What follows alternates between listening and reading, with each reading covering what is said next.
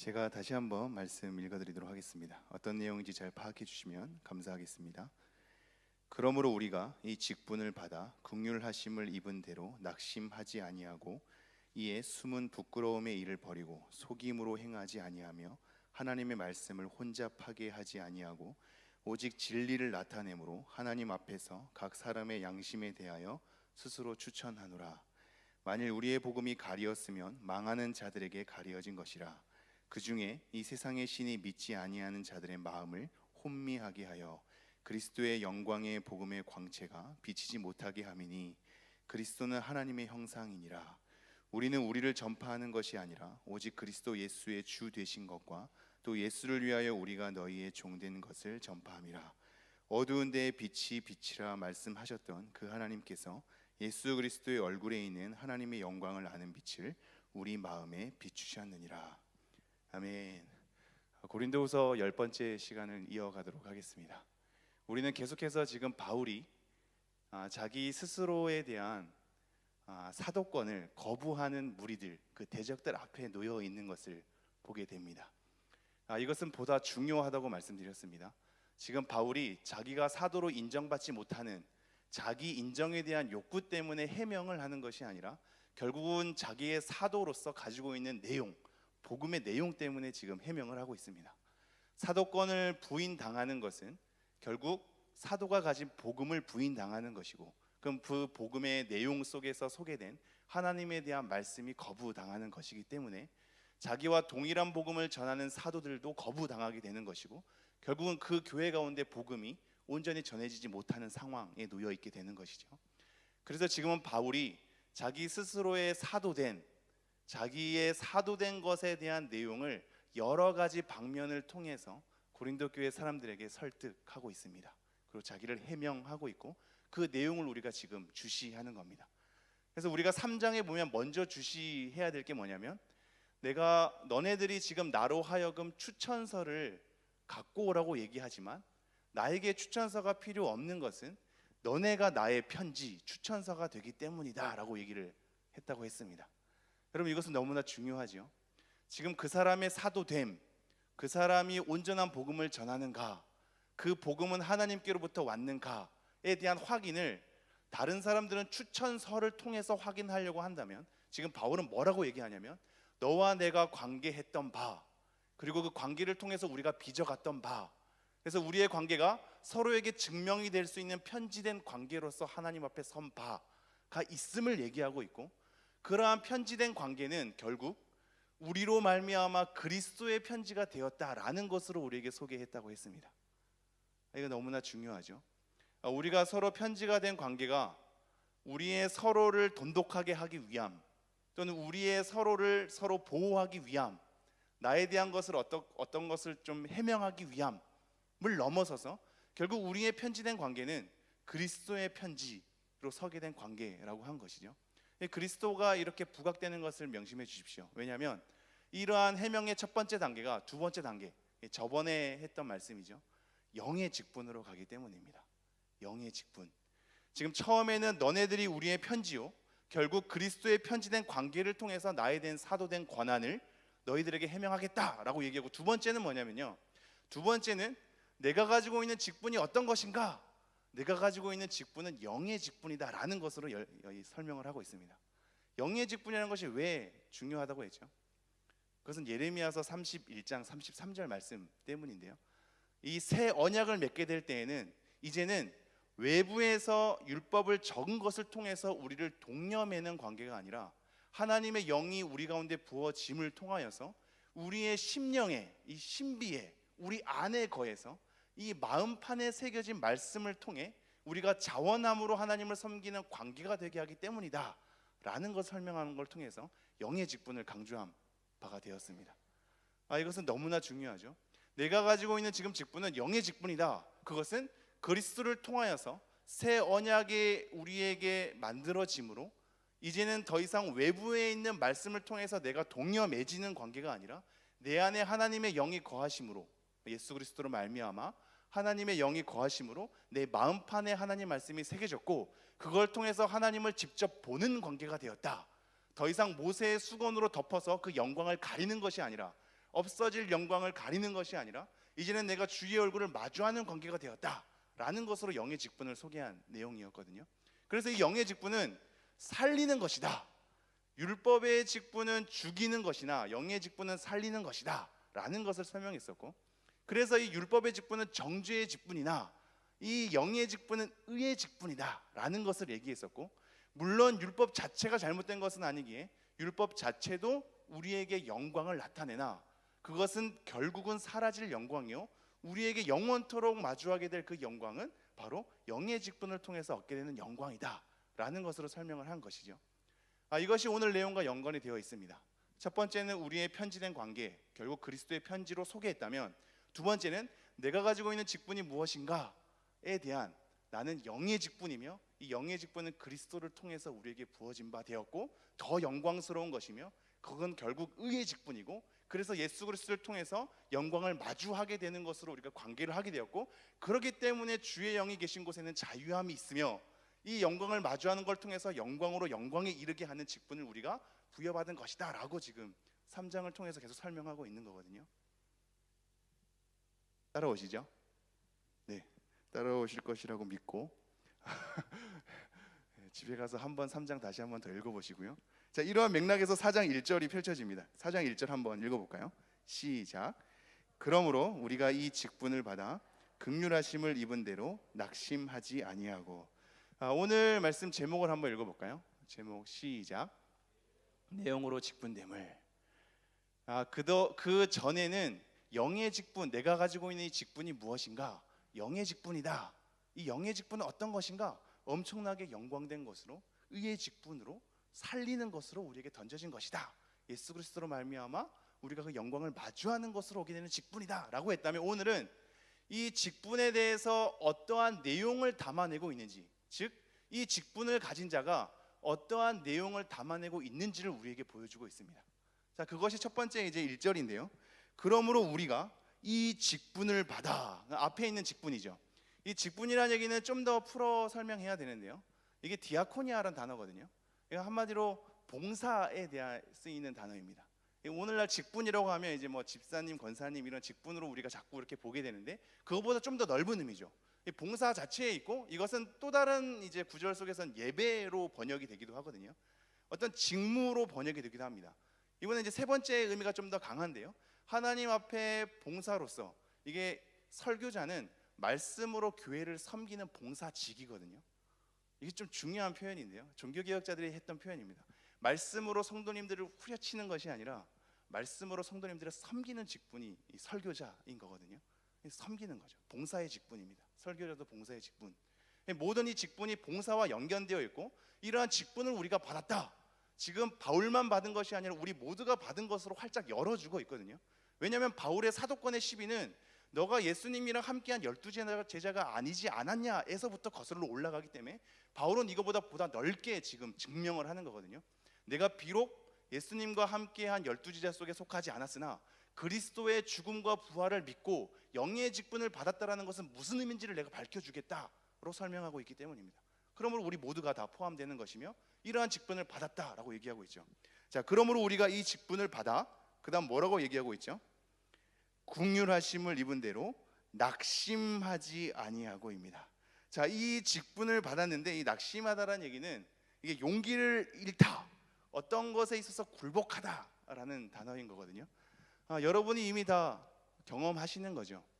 하나님 앞에 우리가 어떤 영의 직무를 받은 자로서, 또 복음을 맡은 자로서, 또 교회를 지키는 자로서, 하나님을 전하는 자로서의 직무를 우리가 받은 자고, 그것은 곧 우리 안에 하나님의 영이 거하여서 말씀이 우리 마음판에 새겨진 바 된 영의 직분 아니겠습니까?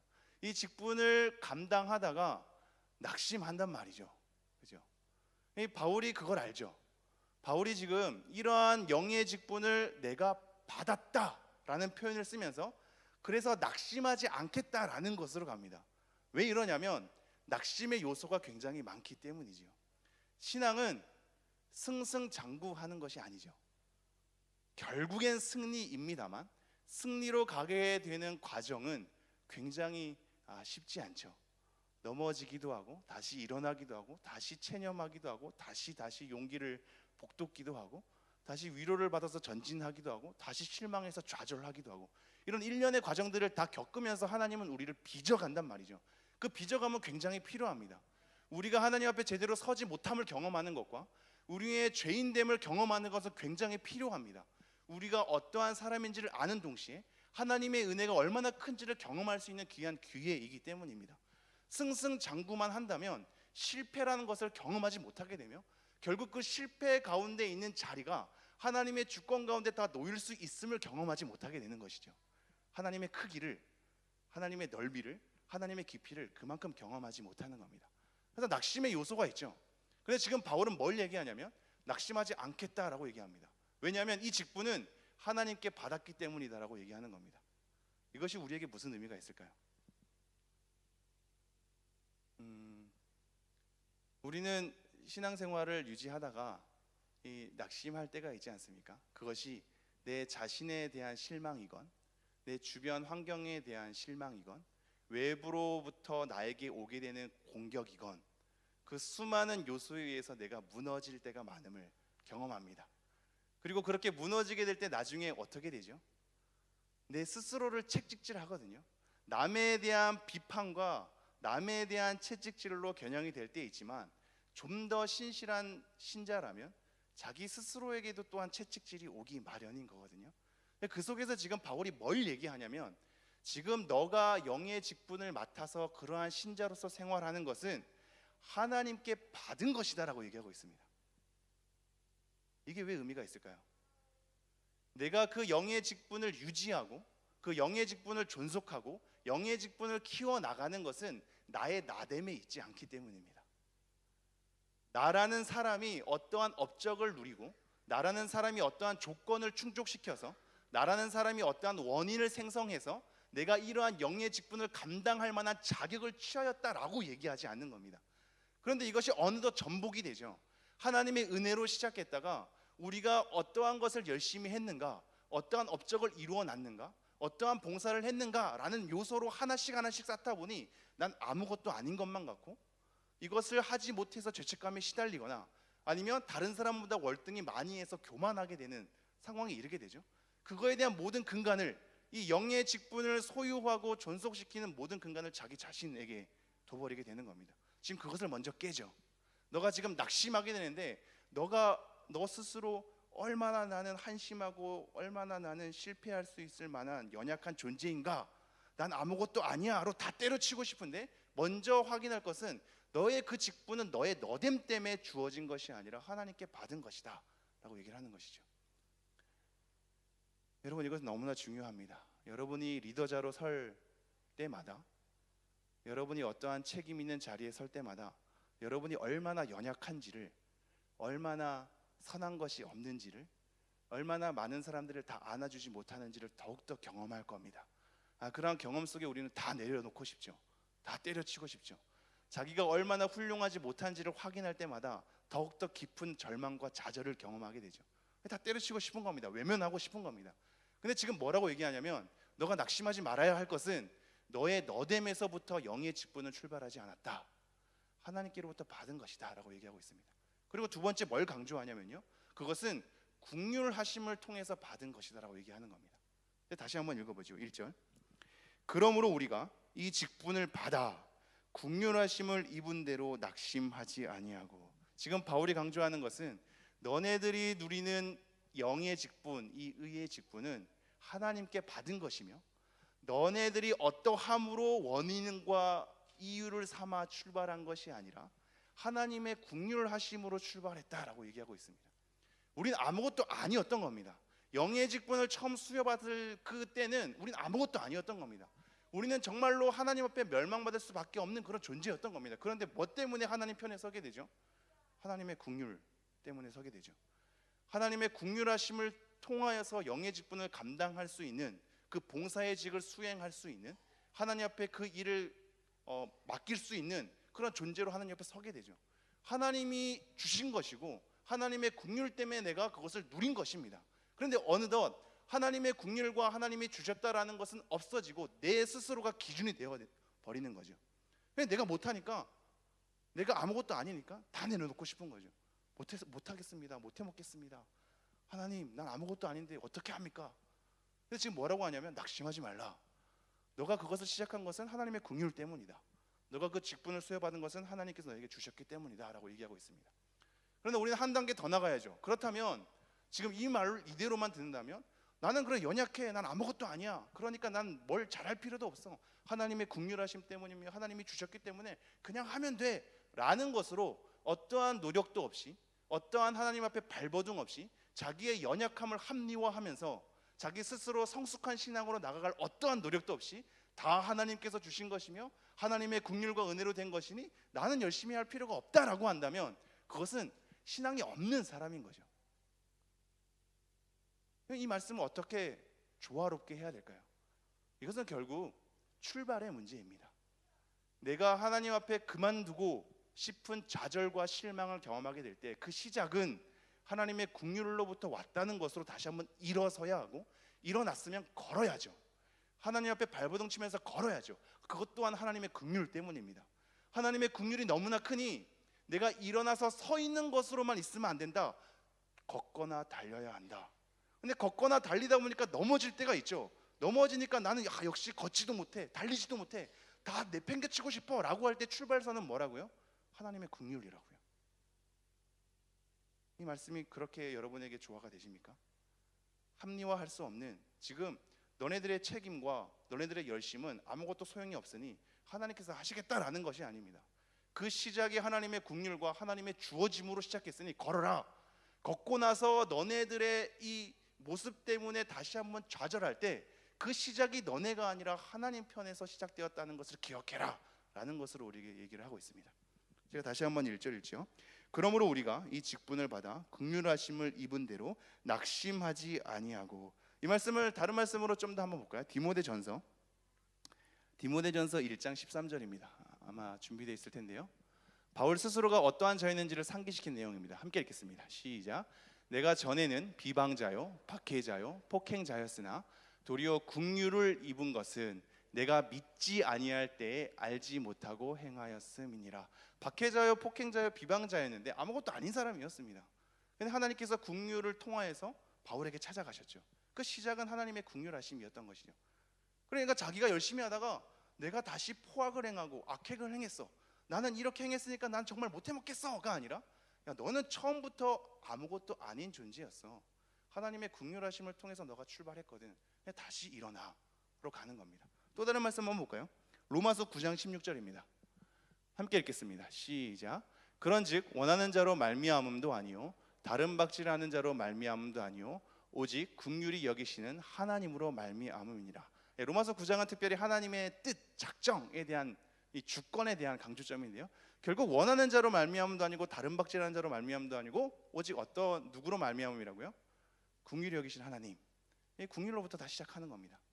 너네로부터 그것이 시작되었고 너네로부터 완성되는 게 아니야.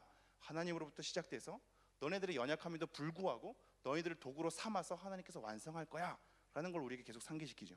그러면서 2절 이렇게 시작합니다. 함께 본문 4장 2절 읽도록 하겠습니다. 시작.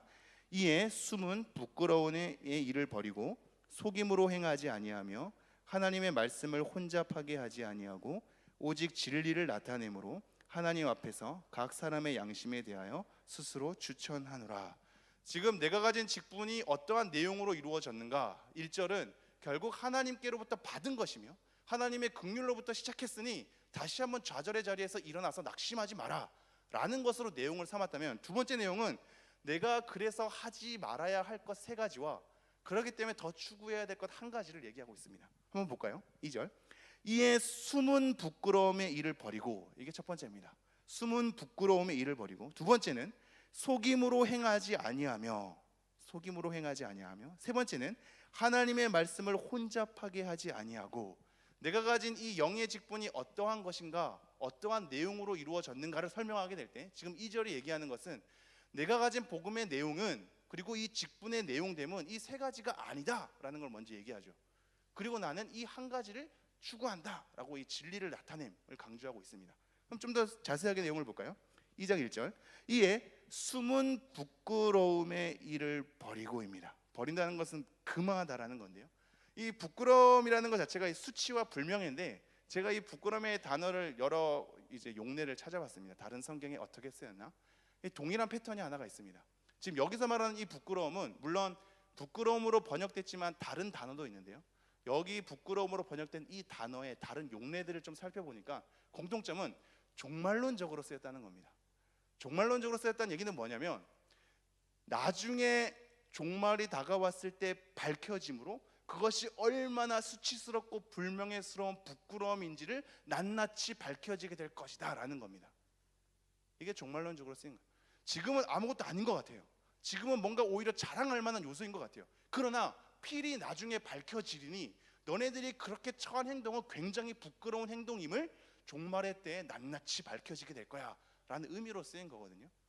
그러니까 지금 뭐라고 얘기하냐면, 다시 한번요, 이에 숨은, 가려진 것이죠.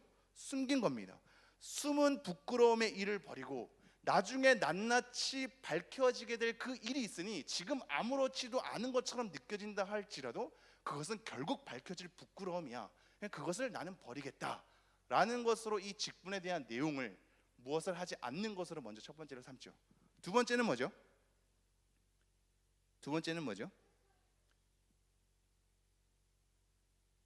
속임으로 행하지 아니함입니다. 첫 번째는 숨은 부끄러움의 일을 버리고라면, 두 번째는 속임으로 행하지 아니함입니다. 이게 속임이라는 단어가 제가 아마 자막에는 안 나와 있을 텐데요. 고린도후서 11장 3절을 한번 읽어드리겠습니다. 고린도후서 11장 3절인데요. 아마 찾으실 분은 빨리 찾아도 되고 제가 또 한번 읽어보도록 하겠습니다. 자, 뱀이 그 간계로 하와를 미혹한 것 같이 너희 마음이 그리스도를 향하는 진실함과 깨끗함에서 떠나 부패할까 두려워하노라. 여기서 말하는 뱀이 그 관계로이죠. 이 관계란 단어가 여기서 말하는 속임이란 단어입니다. 교활이란 단어로도 번역되는 건데요. 이 속임으로 행하지 아니하며 그것을 속이고 교활하게 그 관계로 그 사람을 꼬시고 미혹하는 것을 얘기합니다. 내가 맡은 영의 직분의 내용은 그렇지 않다. 숨은 부끄러움의 일로서 그렇게 감추는 것도 아니며 누군가를 관계로 속여서 미혹하게 하는 그 속임에 대한 부분도 아니다. 교활한 짓이 아니다 라는 것을 얘기하죠. 세 번째는 뭐냐면 하나님의 말씀을 혼잡하게 하지 아니하고입니다.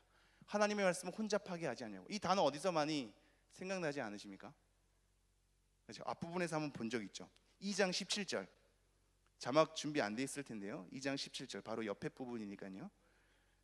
우리 찾으신 분들 함께 읽어보도록 하겠습니다. 시작. 우리는 수많은 사람들처럼 하나님의 말씀을 혼잡하게 하지 아니하고 곧 순전함으로 하나님께 받은 것 같이 하나님 앞에서와 그리스도 안에서 말하노라. 사실 이 혼잡하다는 단어와 여기 4장 2절에서 혼잡하다는 단어는 다른 단어이긴 합니다. 앞에 부분의 단어는 제가 저번에 얘기했듯이 상인에 대한 표현이라 했죠. 위장하고 속이고 꾸며서 자기의 이익을 더 많이 남기려고 팔아버리는 행위가 혼잡하다라면, 여기서의 혼잡한 행위는 그런 단어는 아니지만 뜻은 유사합니다. 불순물을 섞는 거거든요. 하나님의 말씀에 불순물을 섞여서 교묘하게 그 사람을 속여서 미혹하게 하는 것입니다. 하나님의 말씀을 교묘하게 불순물을 섞는 거죠. 그것이 나의 생각이든 내가 가지고 있는 가치든 내가 가지고 있는 사상이든 내가 가지고 있는 생활 습관이건 아니면 내가 유일하게 자랑하는 전통이건 말입니다. 그걸로 교묘하게 하나님의 말씀을 섞어버리는 거죠. 그래서 혼잡하게 하는 겁니다. 자, 다시 한번 제가 이 세 가지 4장 2절 이에 숨은 부끄러움의 일을 버리고, 부끄러움의 일을 버리는 것, 그리고 두 번째가 속임으로 행하지 아니하는 것, 세 번째가 하나님의 말씀을 혼잡하게 하지 아니하는 것입니다. 우리 미가서 말씀 볼까요? 미가서 3장 5절 11절입니다. 3장 5절부터 한번 읽어볼게요. 시작.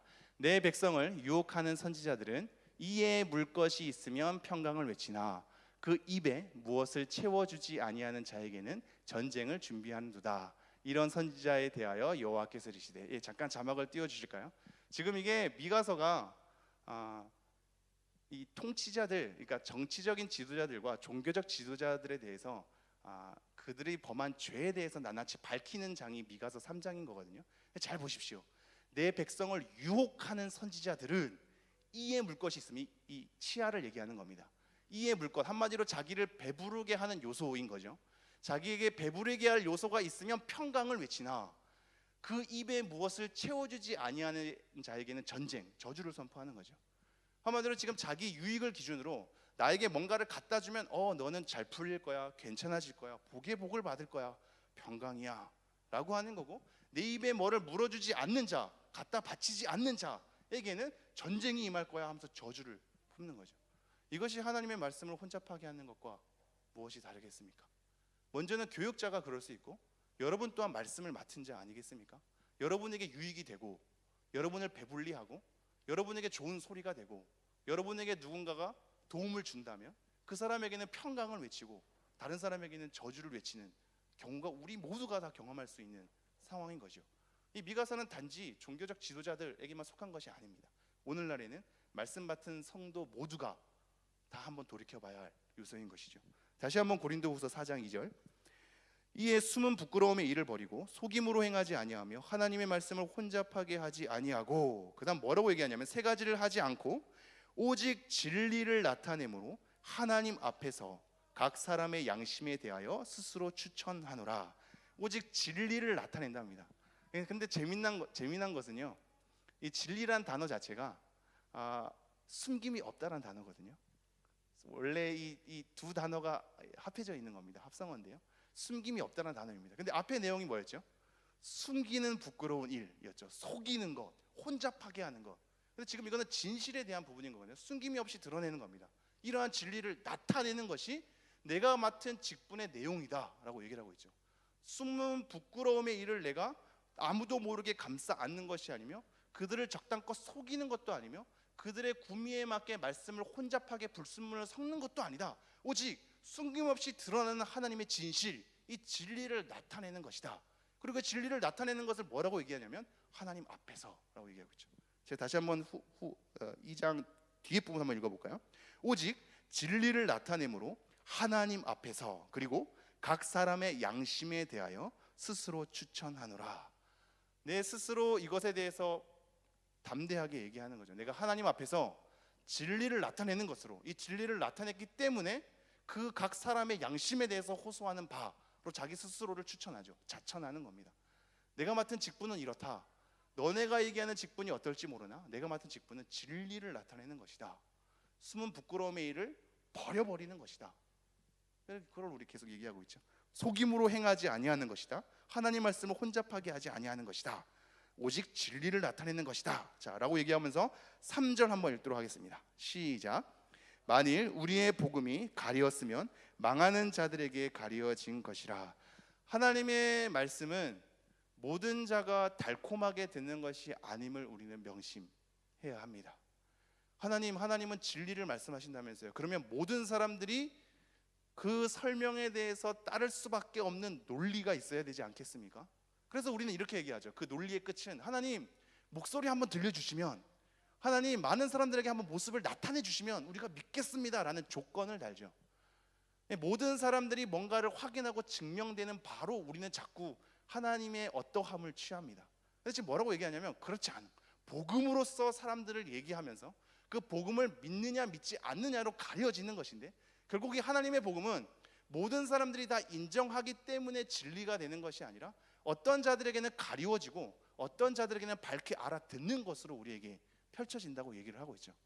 그러니 여러분의 믿음에 대한 내용을 누군가에게 얘기했을 때, 그리고 복음에 대한 내용을 누군가에게 얘기했을 때 그것을 거부하는 자, 싫어하는 자, 듣지 않는 자가 있다고 놀라지 마셔야 합니다. 그 사람들 때문에 내가 맡은 믿음이, 내가 맡은 영의 직분이 잘못된 것은 아닐까라는 의심으로 갈 필요가 없습니다. 왜냐하면 망하는 자들에게는 가리워진 것이기 때문입니다. 이사야의 말씀에서 우리가 확인할 때가 있죠. 들어도 듣지 못하며 보아도 보지 못하는 경우가 되는 겁니다. 듣는데 뭔 소리인지 모르는 거예요. 보는데 볼 수가 없는 겁니다. 가리워진 거지요. 가리워진 망하는 자들이 있다고 해서 하나님의 복음의 내용이 진리가 아닌 것은 아니고, 우리가 맡은 영의 직분이 하나님이 주신 직분이 아닌 것은 아닌 겁니다. 제가 다시 한번 3절. 만일 우리의 복음이 가리었으면 망하는 자들에게 가리어진 것이라. 그리고 4절 제가 읽겠습니다. 그 중에 이 세상의 신이 믿지 아니하는 자들의 마음을 혼미하게 하여 그리스도의 영광의 복음의 광채가 비치지 못하게 함이니 그리스도는 하나님의 형상이니라. 자, 이 망하는 자들, 가리워진 자들 중에 그 중에 어떠한 자들을 소개하고 있는데 그 중에 이 세상의 신, 그래서 결국은 이제 사탄이죠. 이 시대가 맞는 건데 이 세대라는 단어가 오히려 더 맞는 건데요. 이 시대, 이 세대의 신, 그러니까 실질적인 신을 얘기하는 것이 아니라 신이 아닌 자를 신으로 추앙했기 때문에 신의 자리에 올라온 것처럼 보이는 자, 사탄인 거거든요.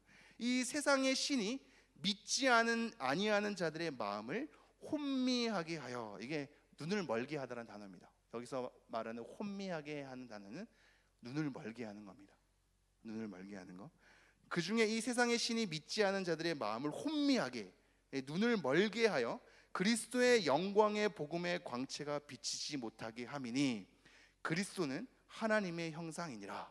즉 망하는 자들 가운데는, 망하는 자들에게는 하나님의 그 복음이 가리워진 바 되는데, 그러한 망하는 자들 가운데는 이 세상에 사탄을 신으로 모시는 자들이 결국 그 믿지 아니함을 통하여서 마음이 혼미, 눈에 이제 볼 수 없게 되는 이 상황을 통해서, 그 복음을 통하여서 또는 그리스도를 통하여서 하나님의 영광의 빛을 온전히 보지 못하게 되는 상황이라고 우리에게 설명하죠. 그러면서 5절 이렇게 얘기합니다. 시작. 우리는 우리를 전파하는 것이 아니라 오직 그리스도 예수의 주 되신 것과 또 예수를 위하여 우리가 너희의 종된 것을 전파함이라. 내가 가진 직분의 내용이 뭐냐면 결국은 예수 그리스도의 주 되심을 전파하는 것이다. 그리고 내가 너네들의 종된 것을 전파하는 것이다 라고 얘기합니다. 여기서 약간 뉘앙스가 조금 의문점이 들죠. 예수님의 주 되심을 전파하는 것은 굉장히 우리가 동의할 수 있는데, 바울이 그 사람들에 대한 종됨을 전파한다고 얘기했을까? 뭔가 자기를 드러내는 것 같은 느낌이 들지 않습니까? 근데 우리는 하나의 이 수식어를 잘 발견해야죠. 앞에 뭐라고 얘기했냐면 오직 그리스도 예수의 주 되신 것과 또 예수를 위하여 우리가 너희의 종된 것을 전파함이라. 누구를 위하여요? 예수를 위하여. 결국 이 바울 사도가 그들에게 종되는 섬김의 형태로 자기의 이 영의 직분을 감당하는 것은 예수님을 위한 겁니다. 나의 종됨을 너네들에게 전파하는 건 내가 너네들에게 이 정도로 종됐어 라는 것에 대한 인정 욕구가 아니라, 자기 스스로에 대한 평가를 좀 잘 받게 하기 위함이 아니라 결국 예수님을 위한 것으로 얘기를 하고 있거든요. 예수님을 위해서 내가 너네들의 종됐다라는 것은 나의 종됨이 부각되는 것이 아니라 나의 종됨이 누구로부터 출발하였는가에 대한 예수로 초점이 맞춰지는 겁니다. 그래서 예수님의 주 되신 것과 예수님 때문에 내가 종된 생활을 감행하는 것에 대해서 얘기를 하고 있는 거죠. 이것이 우리 직분에 대한 내용이라고 얘기하고 있습니다. 여러분이 여러분의 영의 직분을 감당하는 것, 내가 그것을 잘 감당하고 있는가, 내가 가지고 있는 영의 직분은 정말로 성경에서 얘기하는 영의 직분이 맞는가 라는 것을 돌이켜보려면 첫 번째, 진리를 나타내는 것이라고 아까 얘기를 했고, 두 번째는 지금 얘기한 그리스도 예수의 주 되신 것, 그리고 예수님 때문에 내가 종된 것을 전파하는 것이라고 얘기하고 있습니다. 하나님을 믿고 나서 내가 이렇게 잘 됐어가 아니라 예수님 때문에 내가 이러한 종됨을 내가 스스로 감행할 거야. 그리고 우리의 모든 주인됨은 오직 예수님뿐밖에 없어 라는 것을 전파하는 것이 영의 직분의 내용이라고 우리에게 얘기하고 있습니다. 다시 한번 제가 5절 읽을게요. 우리는 우리를 전파하는 것이 아니라 오직 그리스도 예수의 주 되신 것과 또 예수를 위하여 우리가 너희의 종된 것을 전파함이라. 마지막 6절 함께 읽어볼까요? 시작. 어두운 데 빛이 빛이라 말씀하셨던 그 하나님께서 예수 그리스도의 얼굴에 있는 하나님의 영광을 아는 빛을 우리 마음에 비추셨느니라. 자, 어두운 데 빛이 빛이라 말씀하셨던 하나님. 자, 이 말씀이 어디에 나와 있을까요? 우리 다스령제가 창세기라고 하는데요, 맞습니다. 창세기에서부터 출발하죠. 창세기의 말씀을 그대로 빌려오진 않았지만 창세기부터 출발해서 어둠 속에 빛이 비추리라는 하나님의 말씀을 다 연결시키고 있습니다. 창세기 1장 3절부터 볼까요? 함께 읽겠습니다. 시작. 하나님이 이르시되 빛이 있으라 하시니 빛이 있었고. 이 말씀 그대로 옮겨놓지 않았지만 하나님께서 처음에 빛이 있으라 명령하신 걸 통해서 창조 행위를 하는 것을 우리에게 상기시켜주고 있죠. 이것은 곧 뭘 얘기하냐면 지금 어두운 데에 빛이 빛이라 말씀하셨던 그 하나님께서 예수 그리스도의 얼굴에 있는 하나님의 영광을 아는 빛을 우리 마음에 비추셨느니라 라는, 하나님께서 우리 마음에 예수 그리스도의 얼굴의 이 광채, 이 복음의 빛을 비춘 것은 천지를 창조하는 창조 행위처럼 우리 가운데 창조시킨 것이다 라는 것에 대한 연결점이 있습니다. 흑암이 가득한 곳에 빛을 창조하는 창조 행위처럼 우리 가운데 하나님께서 그리스도의 영광을 아는 빛을 우리 마음 가운데 비추신 것이죠. 이것은 곧 처음 창조 행위와 동일하게 우리 가운데 개개인에게 그 영광의 빛을 아는 것으로 창조 행위를 행한 것이다 라는 연결점 속에 있습니다. 그러나 이 창세기 1장 3절만 얘기하고 있지 않죠. 이사야 60장 가볼까요? 이사야 60장입니다. 60장 1, 2절인데요. 함께 읽겠습니다. 시작. 일어나라, 빛을 발하라. 이는 내 빛이 이르렀고 여호와의 임하였음이니라. 보라, 어둠이 땅을 덮을 것이며 캄캄함이 만민을 가리려니와 오직 여호와께서 내 위에 임하실 것이며 그의 영광이 내 위에 나타나리니. 결국은 빛이 비추할 것이고 너네들은 일어날 것이며 영광을 볼 것이다 라는 것으로 이사야에서 계속적으로 얘기하죠. 이 영광의 빛은 우리 가운데 임해서 내려오셨죠. 요한복음 1장 9절 가볼까요? 함께 읽겠습니다. 시작. 참 빛 곧 세상에 와서 각 사람에게 비추는 빛이 있었나니. 예수 그리스도가 결국 빛으로. 자, 이 연결점을 한번 보십시오. 처음에 흑암으로 가득한 곳에 빛이 있으라 창조를 하셨고, 이후에 백성들이 수많은 어둠의 길을 걸었을 때 나중에 일어나라, 이 빛이 이르렀다, 영광을 볼 것이다 라는 이사야 말씀을 통해서 빛이 임할 것을 예고하셨고, 그 빛이 참 빛으로 우리에게 내려오셨죠. 요한복음 1장 9절에 예수 그리스도가 참 빛이다. 그리고 예수 그리스도께서 제자들에게 뭐라고 얘기했죠? 너네들은 세상의 소금이요 세상의 빛이다. 나중에 요한계시록 가면 이 빛으로 오신 예수님에 대해서 다시 한번 얘기를 하고 있습니다. 이 빛에 관해서 이것을 연결을 다 시키는 겁니다. 다시 한번 6절 초반절요. 어두운 데에 빛이 빛이라 말씀하셨던 그 하나님, 결국 창세기에서부터 시작해서 우리 예수님과 제자들에게까지 행한 모든 말씀, 결국은 어두움에서 빛으로 우리에게 계속적으로 요구하시는 그 하나님이 우리 마음 가운데 하나님의 영광을 아는 빛을 우리에게 창조 행위로, 나는 회복으로 예수 그리스도의 메시아를 통해서 우리에게 심어주셨다라고 얘기를 하고 있습니다. 다시 한번 마지막으로 6절 함께 읽도록 하겠습니다. 시작. 어두운 데에 빛이 빛이라 말씀하셨던 그 하나님께서 예수 그리스도의 얼굴에 있는 하나님의 영광을 아는 빛을 우리 마음에 비추셨느니라. 우리는 오늘 말씀은 우리가 맡은 영의 직분이 어떠한 내용을 담고 있는가를 살펴보았습니다. 어떠한 내용을 담고 있는가. 우리가 낙심하지 말아야 할 것은 이 모든 영의 직분의 출발선은 하나님께로부터 우리에게 주어진 것이고 하나님의 긍휼 때문에 우리가 그 직분을 감당할 수 있었던 것입니다. 어느덧 하나님의 자리를 우리가 꿰차서 우리를 기준으로 무엇을 할까 말까를 판가름하는 우리가 되지 않았으면 좋겠습니다. 여전히 하나님의 긍휼로부터 우리가 출발할 수 있음을, 하나님께서 우리에게 주어줬기 때문에 그 걸음을 걸을 수 있음을 생각하면서 우리가 맡은 영의 직분의 출발선을 하나님의 긍휼로 출발하는 여러분 모두가 되었으면 좋겠습니다. 그리고 우리가 해야 할 것은 진리를 나타내는 것입니다. 숨은 부끄러움의 일을 버리는 것으로 오직 하나님의 진리를, 숨김이 없는 하나님의 진리를 나타내는 것으로 여러분의 영의 직분을 삼으셔야 합니다. 그리고 예수 그리스도가 우리의 주인 되심을, 그리고 나는 그 예수님 때문에 종된 제자도의 삶을 실현하는 것임을, 우리가 그것으로 우리의 내용을 삼고 이것 때문에 하나님께서 우리 가운데 그리스도의 영광을 아는 빛을 우리 마음에 비춰주셨다는 것으로 우리의 직분을 삼아야 우리가 참된 하나님의 직분을 감당하는 자로 하나님 앞에 부름을 받을 것입니다. 기도하도록 하겠습니다.